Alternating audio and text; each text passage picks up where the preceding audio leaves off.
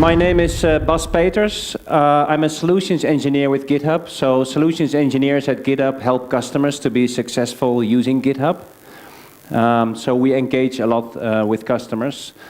I'm going to talk about building welcoming communities. So I'm going to focus on GitHub and open source. Before I start, who of you is using GitHub? So it's quite a bit. So, and who is involved in open source?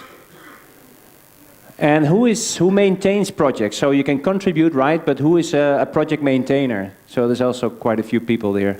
That's great.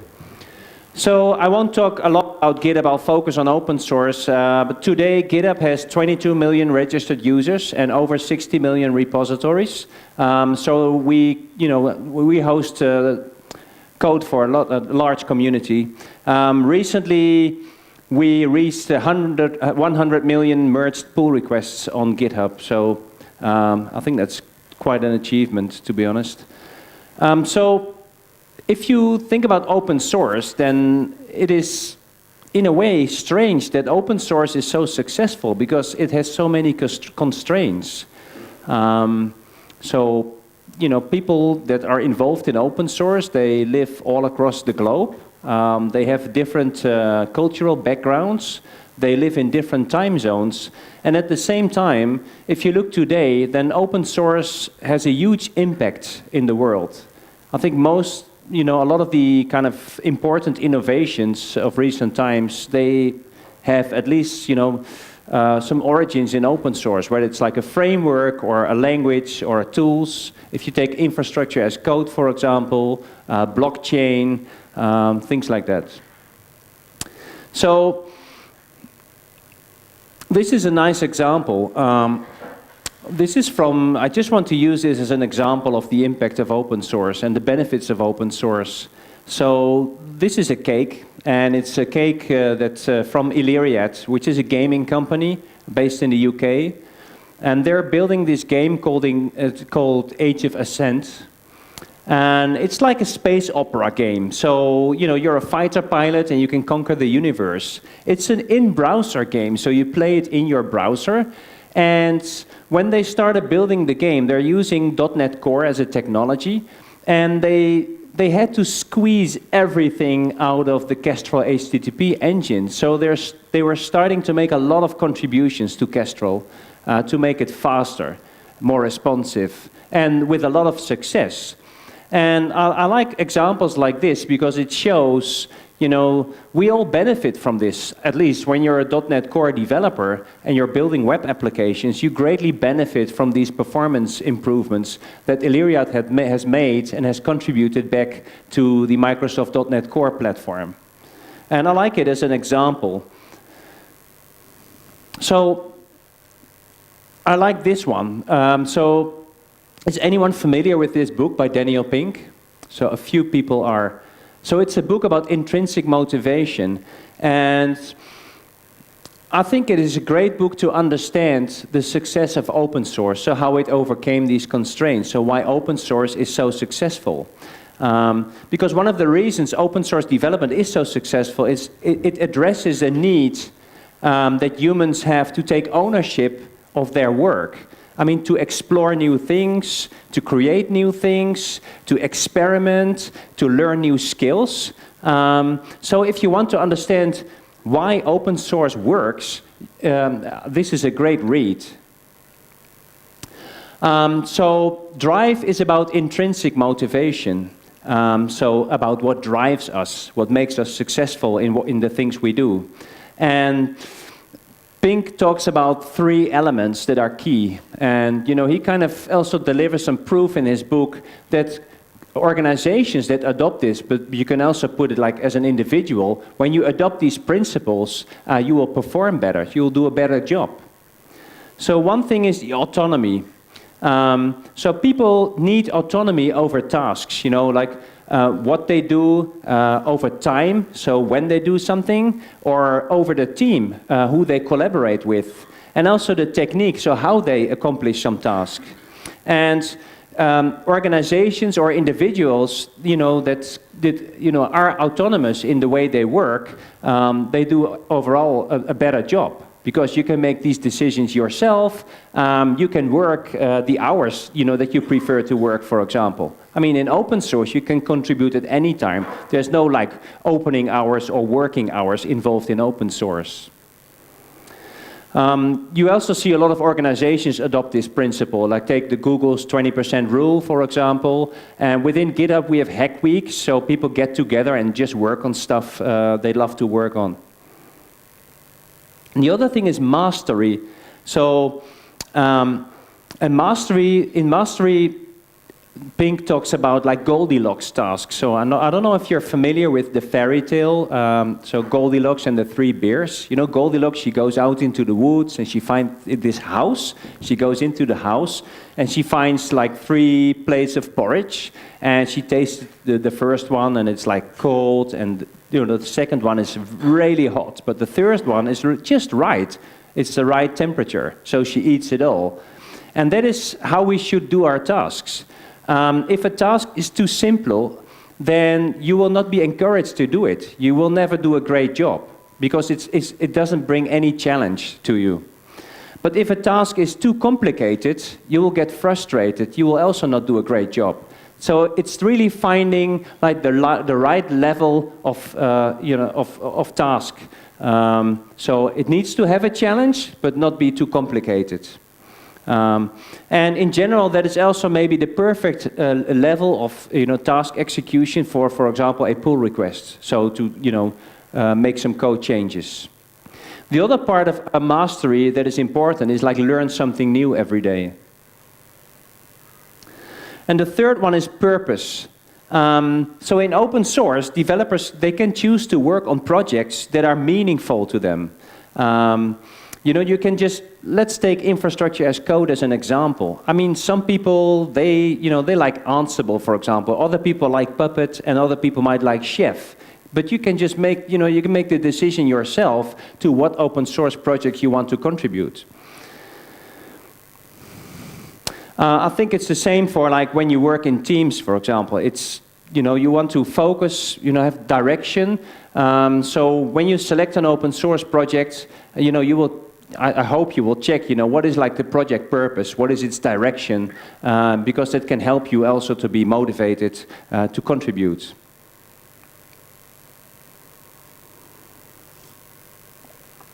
Now, to build a welcoming community in open source is kind of dead easy, you would say, if you look at this funnel. I mean, an open source project will have users, and so it's your task as a maintainer of a project, as an owner of the project, to basically turn those users into contributors.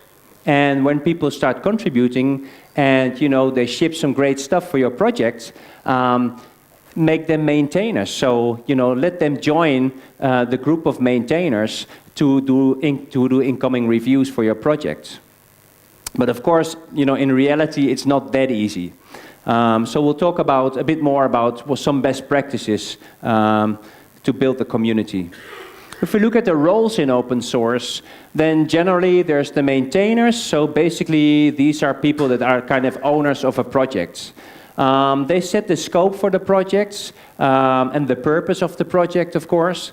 And they review all incoming code requests and merge them to master.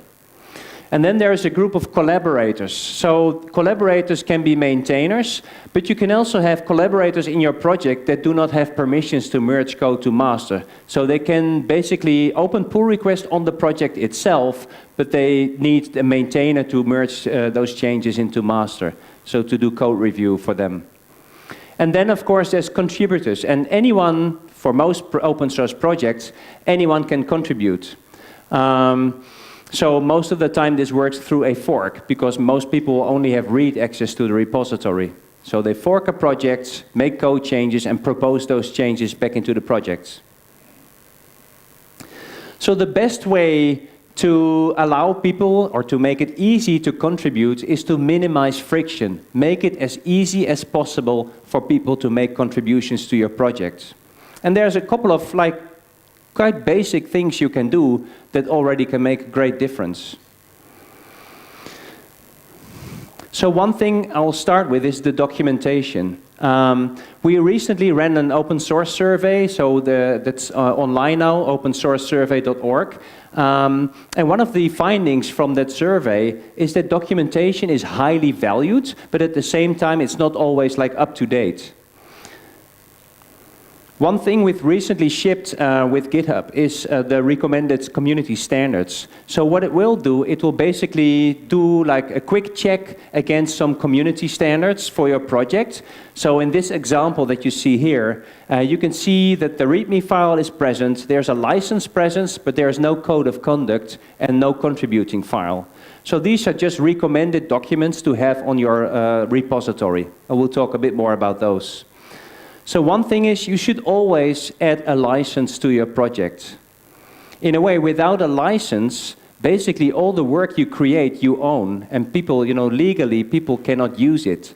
So if you want others to contribute to your project, if you want others to use your project, then make sure that you apply a license to your project.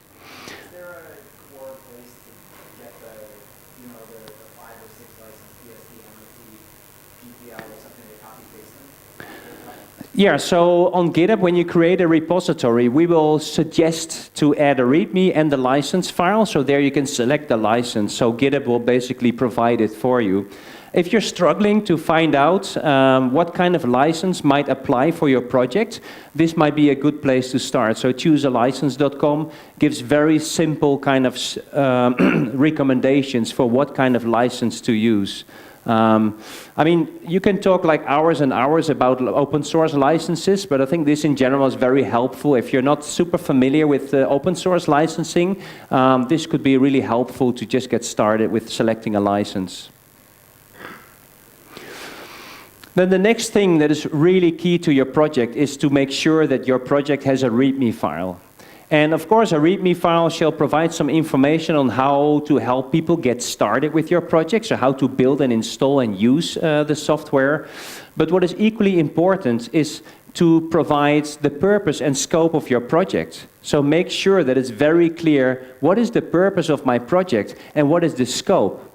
If people later contribute to your project and you consider the contribution to be out of scope, it's easier to refer to the README file than to explain it as a maintainer to the contributor.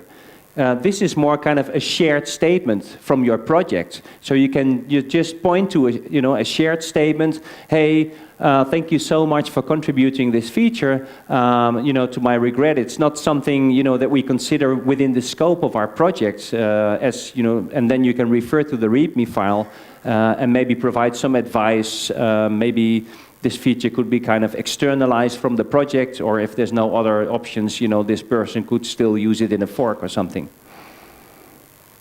And equally important here is the contributing file. So a contributing file basically tells contributors how to get started, so you help them how to get started, and also you tell them what kind of contributions you accept. There are some projects that do not accept contributions, for example. Maybe you're struggling with having maintainers that are able to review and merge the code, but maybe you are interested in people providing bug reports and ideas for new features. So ideally, of course, you are able to accept contributions, but if it's not possible, then you can use the contributing file to explain what you accept and what you do not accept. And then you can also use the contributing file about what kind of guidelines do you expect. So for example, what kind of level of unit tests what kind of other automated testing you will expect from contributors, or maybe code style guidelines and things like that. And again, this makes it easy when people contribute. So maybe someone contributes a great feature, but it does not meet your contributing guidelines. Maybe there's no unit tests coverage, or maybe it doesn't follow the style guides. You can just simply refer to the contributing guide rather than having to write a lengthy reply to the contributor. And again, this is shared among the community of your project. It's not something you as a maintainer have to express to the contributor. And then you can go, of course, way beyond these examples I mentioned. This is the .NET Core documentation, for example, and it's hosted in a repository using Markdown files, and you can use Github Pages, for example, to build a site on top of it. So you can use your project also to build a website that is, attractive for end users to read. So this is, I think, a quite decent way of providing documentation. Or you could even have like a landing page for your project, for example. And then, of course, there's the importance of the pull requests. So the pull request basically, of course, allows contributors to make a contribution, to, submit code changes to your project. And it's the place where the conversation starts, where people can receive feedback. I think most of you will be familiar with the usage of pull requests. It's almost kind of a de facto workflow nowadays. But there's a couple of things here. One benefit of using this kind of branch-based development that pull requests provide is it allows you to easily kind of experiment. So you can do some experimentation without breaking the code. And then, of course, the pull request is there to gather feedback from your peers. So there's a couple of best practices around pull requests. One thing is, if you open a pull request, it's really important to provide context. So explain what the purpose of your code changes are, and also be very clear about what kind of feedback you expect from your peers. If you're doing some experiments, so let's try something new, and your code is still like very much work in progress, make sure that people understand that your code is still work in progress, to avoid them going through your code line by line and doing actual code review, because that would be a waste of time, because I think your code will be like just a draft and not finalized in any way. And then, or if your feature is almost done, then you can request a line-by-line code review, so people can invest time in trying to find maybe some last style issues, or maybe some small bugs or things that can be improved, and they can spend time going line by line through your code. And then if you review code, it's really important to take the time to do code review. So do a proper job. Provide comments back to the developer. Try to be explicit and clear to the developer. And then as a developer, when you receive feedback from a reviewer, then ideally you would comment back to every comment the reviewer provided. So provide feedback, close the feedback loop back to the reviewer. I think that is really important, because imagine you are a reviewer and you spend a lot of time going through a lot of code changes someone contributed, and you never receive any type of feedback. So would you then do review the next time? I'm not sure. So it's really important to close that feedback loop. And of course, I'll always use kind of positive language. And if something is unclear, just ask for explanation. Another thing that's really important is to be responsive. So this example is from like our open source guidelines. And I like this example. I mean, this is someone who made a contribution to a project, and he's just, he wants some code review done, but he's also like curious, am I heading in the right direction? So the response from the maintainer here is like, I'm traveling right now, so I cannot do any code review, but maybe you spend a little bit of time in going through the code and what the code does, or maybe just the context of the pull request. And at least that was enough for him to say, hey, I think you're heading in the right direction. So there is no friction here. The contributor can just continue the work, making more commits to the pull request. And then when the maintainer has time, is maybe, landed whatever's back in his hotel or anything, he could maybe jump in and do the code review. So from the open source survey, another finding is that negative interactions do not happen frequently on GitHub. But when they happen, they are very visible in your project, so they can scare away contributors. So it's really something that you should not tolerate in your project. So if people like regularly kind of debate over trivial aspects and there's a lot of negative communication, it really distracts other people. So you have to make sure that you address it.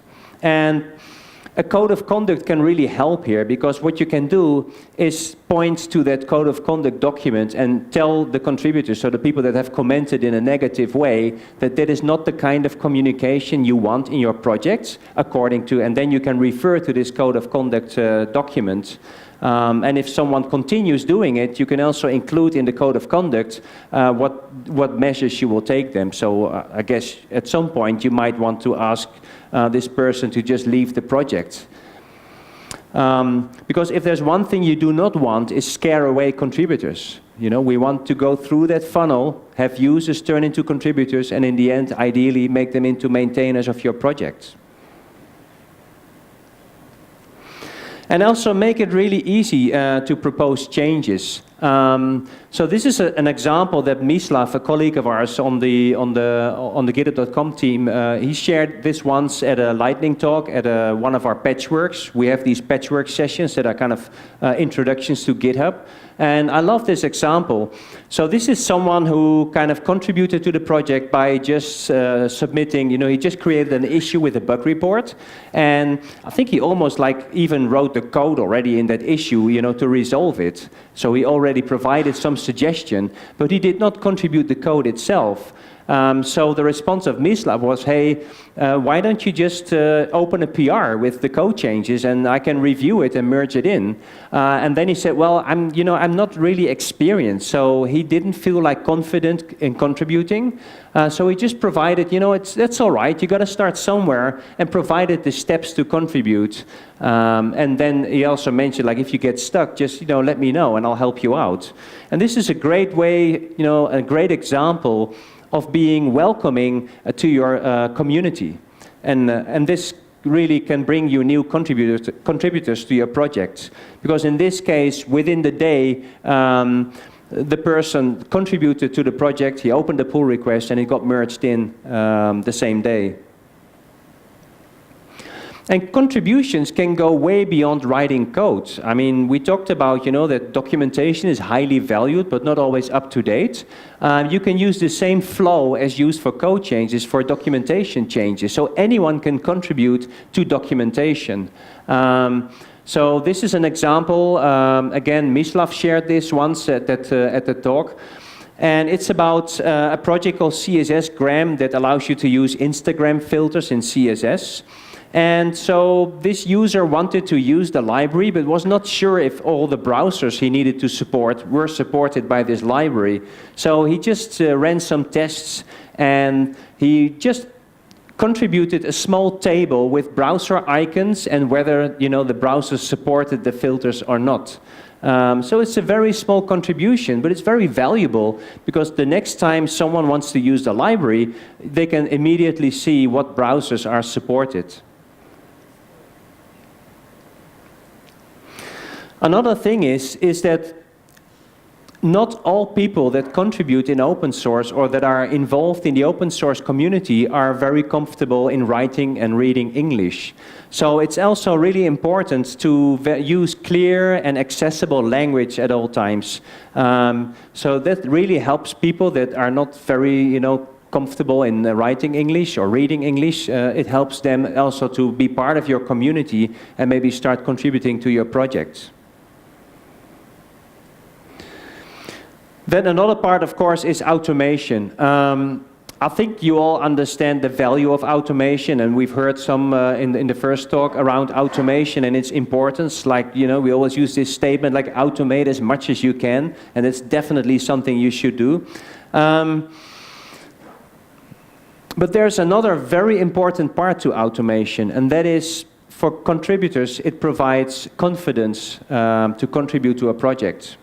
So in the pull requests, you can have statuses, result statuses, providing the outcome of a CI run. So every time someone pushes code into the pull request, you will see the status, whether you pass all the tests or not.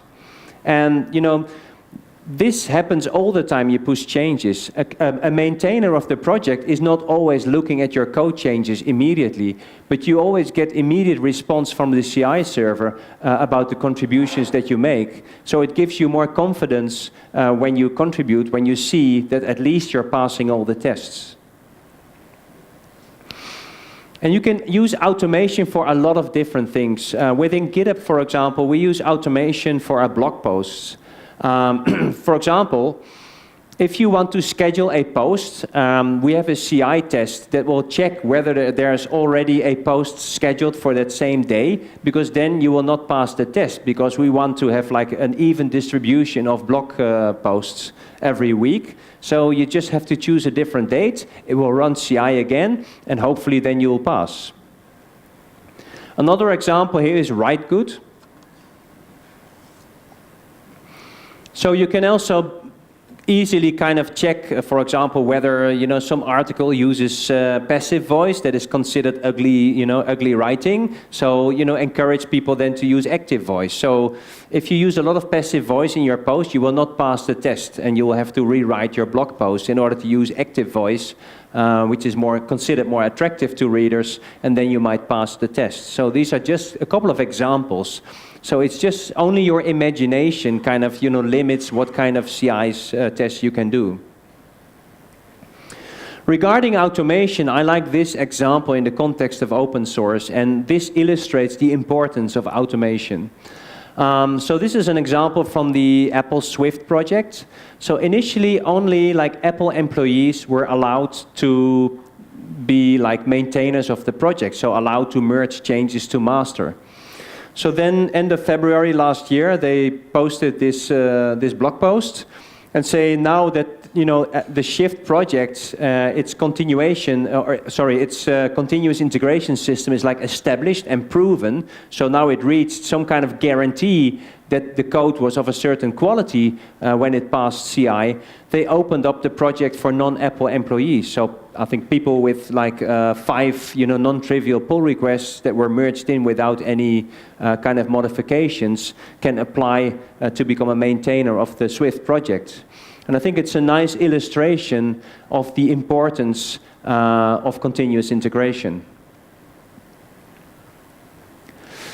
Now a bit about growing the community, so around ownership of a project and how to share the ownership of your project, about outreach and how to promote your project.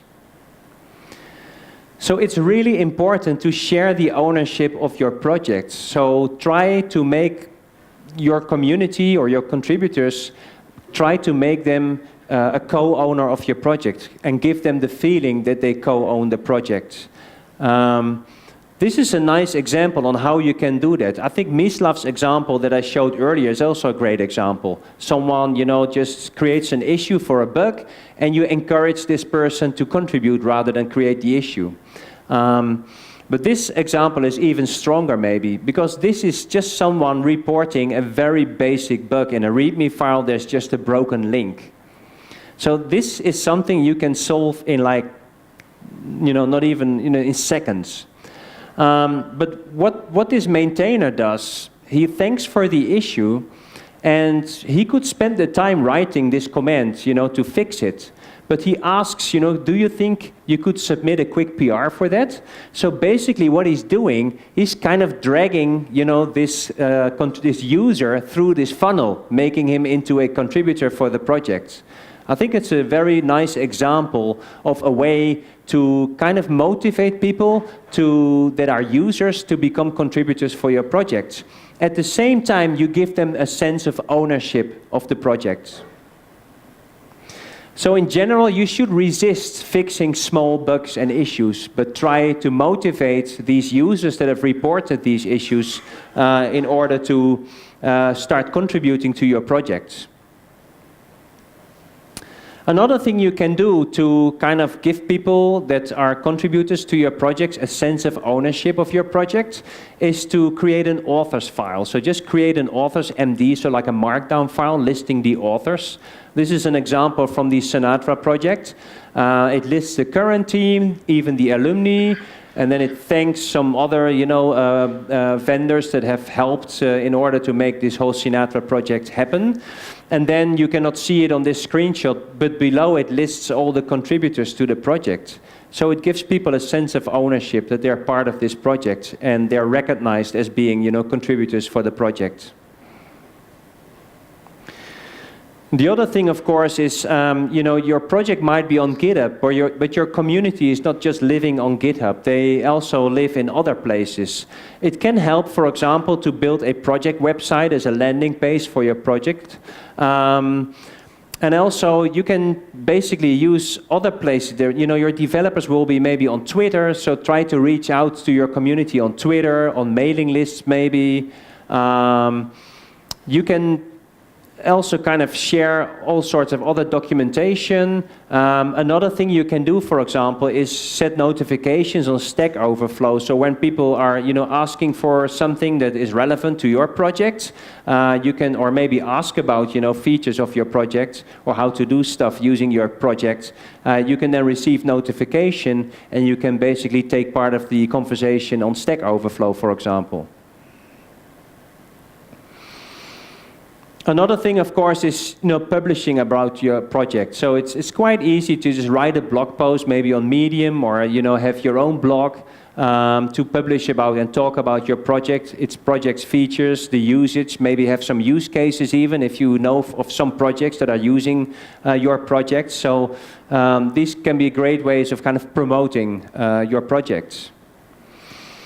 And then something that might require some, some sponsorship from the organization you work for or from somewhere else is, it's also great to talk about your project. Just go to a conference, talk about your project there, go to meetups and talk about your project. So that is also a way of kind of reaching out. So to conclude this, I think building and growing a community, in a way, it's all about helping these users to go through that funnel to become contributors and then maintainers in the end. And you need to find the users, so go where they are, and then make it easy. So minimize the friction, make it as easy as possible for them to use the project and to contribute to your project. Make sure to give them the confidence. So using positive language, for example, automate as much as you can, and that can help them, to just start contributing to your projects. When they have simple bugs, just invite them to do contributions rather than, just filing bugs for your projects. It doesn't require, maybe a lot of engineering skills to fix these simple things, and it helps people to become to take part of your project and become kind of a co-owner for your projects. Because open source work, it helps people to, it helps you to build your professional reputation, I think.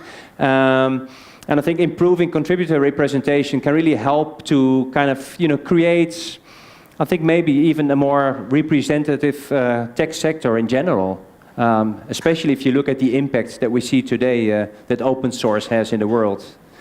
A lot of the things I shared with you, you can just read in our open source guides that we've published. I think we published them maybe 6 months ago or something. So there is a wealth of information here. So all aspects of your project, including talking about licenses, how best practices for maintainers, how to build your community, they're all shared in these guidelines. So I would invite you to just to read through them if you're interested in open sourcing your project or improving your project, finding new developers for your project, or improve the way you communicate on your project. So thank you so much for your time. Are there any questions? Okay, so what do you recommend for someone who wants to get involved in open source but doesn't know where to start?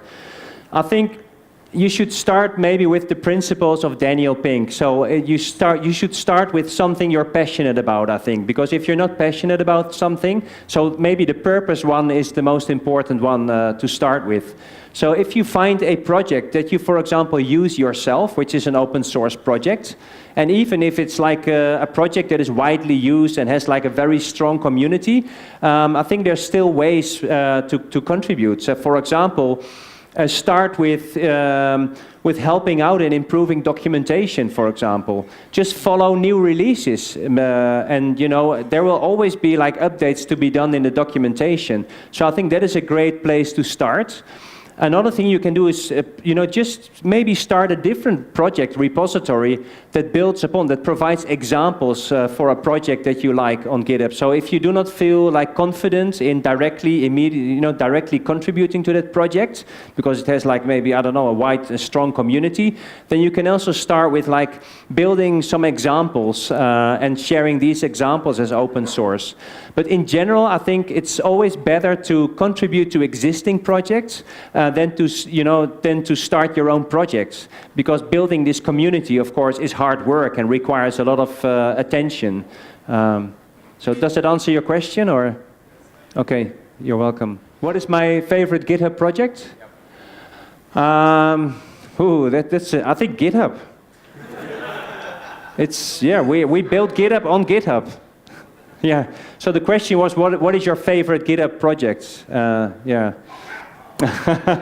So does GitHub accept pull requests or contributions for GitHub itself? No.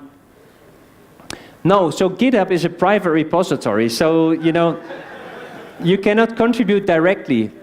However, GitHub is built on top of many open source projects. So utilities and tools that we've open sourced. So take Git, for example, as a project, or Git LFS. There's lots of utilities around Git, like a bridge between like Git, which is C code, and the Ruby world. So there's many projects that are part of the GitHub platform that you can contribute to because they are open source. I think, the support is the way. If you request features, I think the Dear GitHub letter was a very strong sign to GitHub, and I think we responded to that by starting, shipping the features that were requested there. So I think that was a very, you could say, valuable contribution to GitHub as a platform. And if you have feature requests, I mean, we maintain a repository with customer feedback. So if you have any feature requests, then just reach out to us either by emailing GitHubbers directly, or just send an email to support@github.com. And that is currently the way to provide your feedback and help us to improve the platform. I think we definitely, since the Dear GitHub letter, I think we definitely improved the way we interact with our community. We're doing more and more community outreach also to make sure that we can interact with the community, and we can hear what kind of features they would love to see on GitHub. And I think we're more responsive also in kind of delivering those features, so shipping those features on the platform. So if you have any like feature requests, then feel free to you can email me or email support. And what the best book is about Git? That's a difficult. I think there's the tutorials that you can find on the Git site, I think, provide a wealth of information. Out of the top of my head, I don't know. There is one really like concise book, but I can't remember the exact title. That is super helpful. But I think there is, the Git website, I think already, it provides, tutorials, extensive documentation. I think in general, that is like a great resource to start. So where can we find information about GitHub's infrastructure? Is your question more about so giving you the confidence that we will, the way we host your code in a proper way, or what is the... Okay, so there's also the question, but how can I restore... So there is in our documentation, also, I think if you just search our documentation, our help documentation on backups, there we list some ways of providing your own backup for your repositories. So there's tools to do that. And they are listed there, so I can, if you can share your mail address or something, I'm happy to ship it to you, to send you the link to the documentation. So there is ways of backing up your repositories. You could also kind of quite easily set up some kind of mirror yourself to make sure, because Git is distributed in nature, to just have a copy, and in most cases, of course, you will have a copy. And then there's also documentation around, our security and how we kind of, make sure, that your Git data is always available. Then in terms of availability, you can always go to status.github.com. I think it's so the site provides you with our health, the availability of the platform. So these are kind of places where you can look. But I'm happy to send you links if you need. So the question is, for an open source project, what would be better for documentation purposes, using like Github Pages or using a wiki? I think personally I prefer the Github Pages because you use Markdown, and it also allows people to contribute documentation. So it's very easy to follow, to use the pull request to make contributions, which is harder to do with the wiki. So I think in general, and also I think, with Github Pages you can build a website, so you can have like a nice look and feel for your documentation. So if I had a choice, I would prefer to use Github Pages myself. Like question, how can we get people to be more involved in documentation, but also as maybe an entry point to, to have contributors for your project? And it's also, the other question is around how can we get business people more involved into contributing documentation or improving your documentation, for example. So yeah, it is one thing, of course, you can always do is include issues and add a help wanted label, for example, where you provide, where you just raise issues that are around your documentation. So asking for help to have improvements on your documentation. That might be a way of kind of, involving people to just, contribute to documentation. Also, it could help, for example, to maybe even, put it in a Readme file or something, or in your contributing document, that you encourage people to help you with completing documentation. So do some like active kind of promotion or outreach to bring people in to just help you with writing proper documentation, providing examples, for example, helping to, keep documentation up to date. So maybe when people just read that, and maybe even the Readme file is a good place to just put it there, because that's most of the time kind of your welcoming mat for your project. So when people are interested in your project, the first thing they will do is read through that Readme file. But so maybe these are ways of kind of getting people involved, so that they are aware, because a lot of people are not really, they do not really think about contributing documentation. They always focus on the code itself. So maybe that can help to get them started. And you could even start a campaign. So if you think your documentation is not up to date, and you also might want to use it to bring new contributors to your project, you can even do some kind of campaign and, maybe, I don't know, through Twitter or social media, try to, get your community, or wherever your community lives, is get them involved in helping to improve the documentation for the project. I don't know if that answers your question, but... and then, yeah, how to involve business people. One thing we are working on is to make it more easier to write Markdown documents, so provide more like a Google Docs-like interface. Already, if you create comments, for example, you can see a toolbar. So having this toolbar, in the online editor, for example, might really help people to write Markdown files without knowing the underlying syntax. I think already it is quite easy using the online editor, especially if they're updating documentation, they can see how it is structured in the source. So maybe in your... Yeah, and maybe in your contributing document, or maybe just do a getting started document, you can maybe provide, some guidelines on how they can contribute to the documentation, so that there's no need, for example, to use command line Git, that they can just use the online editor to make changes to the document and open a pull request. Sorry? You mean for a developer, but if you want to involve business people, I'm not sure if they will agree with you. The remark was, there's nothing but command line Git. There is a world beyond command line Git, right? There is an online editor on GitHub. So the question is more about if you have a project and just, it's kind of finished. Is that the question? It's kind of a mature project. It just works, and there is no real desire to improve the code. Yeah, so in order to not scare away users, I would just simply update the README file and provide context. Just explain that it's a mature project, it's widely used by a community, but currently its development is kind of, maybe a bit stale, but just make sure that people still feel confident in using the software, that it's like, you know, a good piece of mature software to use, and, you know, even though, you know, there's no recent contributions. So I think that is the best place, because again, like the README is the welcoming mat, so it's the first people will read.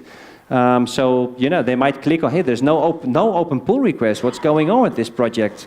I thought it was a great, someone told me it's like a great piece of software. So when you read in the README file, you can just explain it. I think that maybe would be sufficient. Yeah, so the question is, so when you create a repository today, we kind of, you know, suggest adding a README file, and we suggest adding a license. So it's not something we force, we enforce. It's something we just suggest for your projects. So the thing we recently added is that you can basically go to the graphs and go to community, and there it will provide you with a listing of what documentation you provide and what is recommended for open source projects. So I think that is the best way to look, because that will suggest, you know, adding a contributing file and a code of conduct file. And then for the code of conduct file, we provide templates to get you started, because for a lot of people, they're just figuring out, you know, what shall we add. And then another great place is just going to the open source guides, because we provide a lot of examples in the open source guides and references to other projects, open source projects, that have, you know, to provide examples of such documents, like contributing, what to put into a contributing guidelines document, or what to put into a code of conduct document. So the question is, do you have some best practices or advice? We want to open source a project, so what is a best practice to do this successfully? And then it's, of course, making sure, I think the first place is to make sure that, you know, you follow these open source, like, you know, best practices around having a proper README file that focuses also on like the scope and purpose of the project. Make it really easy to, you know, for people to just build and install the project, and then provide a contributing guide. So it follows the best practices I shared in my talk, and also go into the open source guides and look there.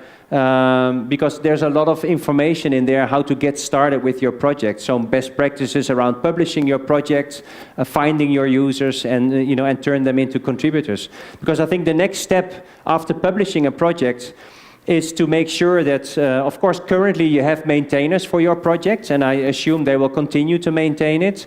But then the challenge is, of course, to kind of turn it into a sustainable project, to make sure that there's also a couple of maintainers from outside your organization that can, you know, help to put the project further. So how to avoid politics in your project? So I think you're talking about, like, you know, people being negative, or, you know, just having a lot of focus on trivial things, and, you know, like flame wars kind of discussions. Is that what you're referring to? Yeah, that's part of it. Yeah. Okay. So I think one important part is having a code of conduct for your project. So there you outline exactly what kind of behavior you encourage for your project, and what kind of behavior you do not accept. It also talks about the roles and responsibilities of the project. So that gives you kind of, it gives you kind of, you could say, some kind of policy for your project. So it's kind of a governance for your open source project.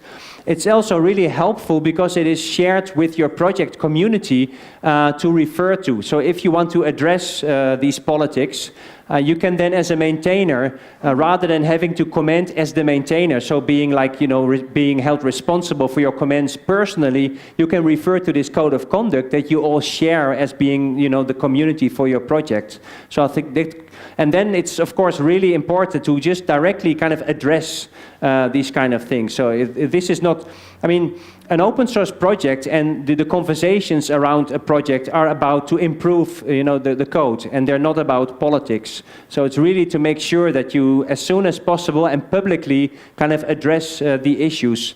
But again, referring to the code of conduct can really help here, so that you're not held responsible for the way you respond. And of course, make sure that you are always kind of humble and provide positive language. And in the code of conduct, you can also include a procedure when people do not behave according to code of conduct and continue after warnings, how, you know, that you just ask them to leave a project. So I think these things can help you kind of to govern that project in that respect, you know, to get rid of the politics and help people to focus on being productive and, you know, providing new features. Yeah, so thank you so much.